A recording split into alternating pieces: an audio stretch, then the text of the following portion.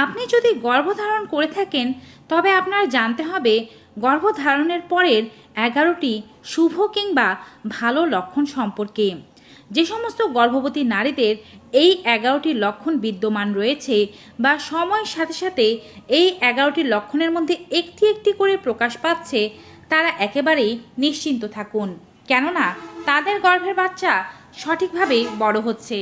এই 11টি লক্ষণ নির্দিষ্ট কোনো মাসেই আপনার মাঝে প্রকাশ পাবে ব্যাপারটি কিন্তু তেমন নয়। বিভিন্ন মাসে বিভিন্ন নারীর দেহে বিভিন্ন সময় এই 11টি লক্ষণ প্রকাশ পেতে পারে। আপনার অবশ্যই বিস্তারিতভাবে জানতে হবে এই 11টি লক্ষণ সম্পর্কে। Welcome to our channel pregnancy doctor. গর্ভবতী মা ও তার অনাগত সন্তানের স্বাস্থ্য বিষয়ক সকল উপকারী তথ্যের আপডেট সবার আগে পেতে আমাদের চ্যানেলটি সাবস্ক্রাইব করুন। বেল বাটনে ক্লিক করে দেবেন যেন নোটিফিকেশন সবার আগে আপনার কাছেই পৌঁছে যায়। আমাদের ফেসবুক পেজ প্রেগনেন্সি ডক্টরে ফলো করে আমাদের পাশে থাকুন। চলুন মূল ভিডিওতে যাওয়া যাক। গর্ভাবস্থার 11টি লক্ষণের মধ্যে কিছু লক্ষণ প্রকাশ পেতে পারে প্রথম দিকেই।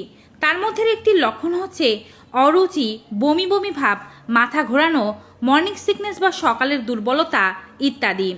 সাধারণত অধিকাংশ গর্ভবতী নারীরা এই সমস্যা ফেস করে থাকেন। এর জন্য তাদের কষ্টও হয়, খেতে পারেন না, বমি লাগে, সকালবেলা উঠে অনেক খারাপ অনুভব হয়। তবে জেনে খুশি হবেন যে এই লক্ষণটি আপনার মাঝে থাকা ভালো।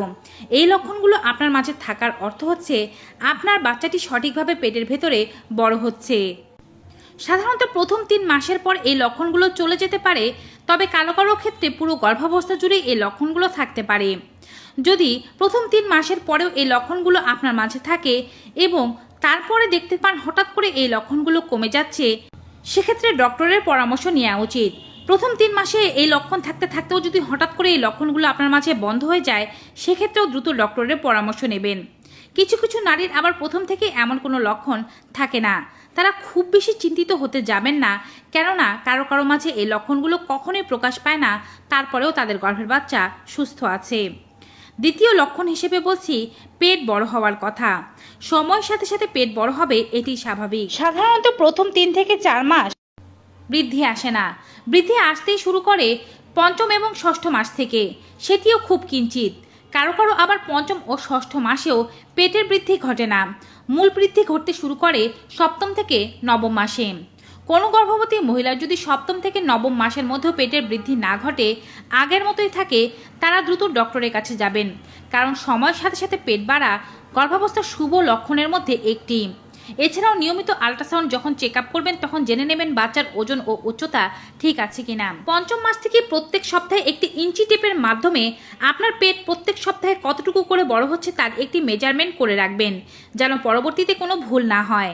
পেট বাড়তে বাড়তে হঠাৎ করে কমে গেলে সেটি অবশ্যই একটি চিন্তার বিষয়।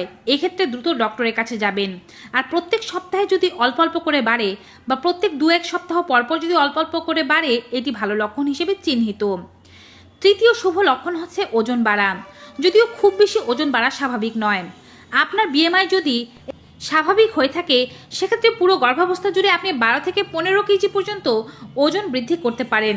তবে আপনি আগে থেকে যদি একটি স্থূল বা ওবেস হয়ে থাকেন, সেক্ষেত্রে সর্বোচ্চ 5 থেকে 7 কেজি ওজন বাড়ানোই আপনার জন্য যথেষ্ট। পঞ্চম মাস থেকে নিয়মিত আপনার ওজন চেক করতে শুরু করুন এবং প্রত্যেক সপ্তাহে কতটুকু করে ওজন বাড়ছে তা লিখে রাখুন। ওজন বাড়তে বাড়তে যদি কমে যায়, সেটি অবশ্যই চিন্তার বিষয় এবং সেক্ষেত্রে ডক্টরের পরামর্শ নিন। চতুর্থ শুভ লক্ষণ হচ্ছে শরীরের রঙের পরিবর্তন হওয়া। যেহেতু গর্ভাবস্থায় হরমোনের পরিবর্তন হয়, সেক্ষেত্রে দেহের মেলানিন বেড়ে যেতে পারে। কারো কারো ঘাড়, গলা, শরীরের স্পর্শকাতর অঙ্গগুলো হালকা থেকে মাঝারি কালো বর্ণ ধারণ করতে পারে। যত সময় যাবে তত এই অঙ্গগুলো আরও বেশি পরিমাণে কালো হতে থাকবে। এটি নিয়ে চিন্তা করার কোনো কিছুই নেই। হরমোনের পরিবর্তনের কারণে দেহে মেলানিনের পরিমাণ বাড়ছে, তাই এমনটা হচ্ছে। পঞ্চম শুভ পরিবর্তন হচ্ছে আপনার চুল, ত্বক ও নখ সুন্দর হয়ে যাওয়া। ত্বকের মধ্যে এক ধরনের গ্লেসি ভাব চলে আসা, যাকে বলা হয়ে থাকে প্রেগনেন্সি গ্লো। স্বাভাবিকভাবে আপনার দেহে যতটুকু রক্ত থাকে, গর্ভাবস্থায় আপনার দেহের রক্তের পরিমাণ বেড়ে যাবে তার চেয়ে প্রায় 40% বা 50%। সেক্ষেত্রে আপনার ত্বক আগের চেয়ে বেশি জলজল করবে এবং ত্বকের মধ্যে এক ধরনের চকচকে ভাব আসতে পারে। এছাড়াও আপনার নখগুলো সুন্দর হয়ে যাবে, চুলগুলো চকচক করবে, চুল ঝরার প্রবণতা কমে যাবে। সাধারণত পঞ্চম মাস থেকে ষষ্ঠ মাসের মধ্যে গর্ভবতী নারীরা এই লক্ষণগুলো দেখতে পান। সপ্তম মাস থেকে এই লক্ষণ আরও প্রগাঢ় হতে শুরু করে। ষষ্ঠ শুভ লক্ষণ হচ্ছে ব্রেস্টে পরিবর্তন। আপনি গর্ভবতী হয়েছেন আর ব্রেস্টে পরিবর্তন হচ্ছে না, এটি বেশ অস্বাভাবিক।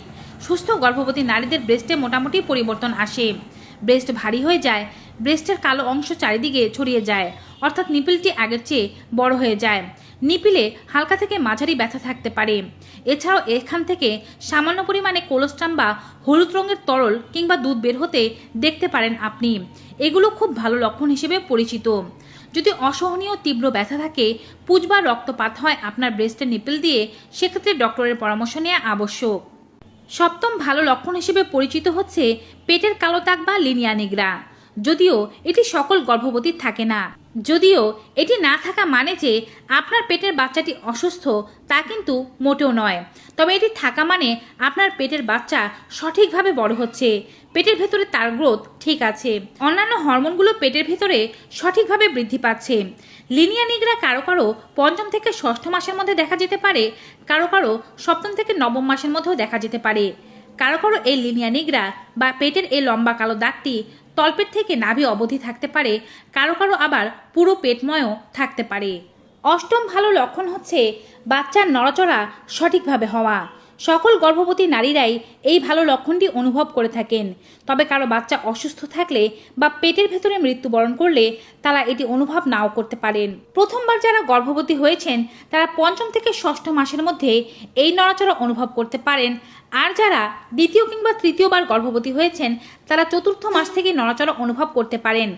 প্রথম নড়াচড়া বেশ হালকা থাকে, সপ্তম মাস থেকে অষ্টম মাসে নড়াচড়া বেশ তীব্র থাকে, নবম মাসে আবার নড়াচড়া কিছুটা কমে যায়, কারণ পেটের ভেতরে জায়গা কমে যায়।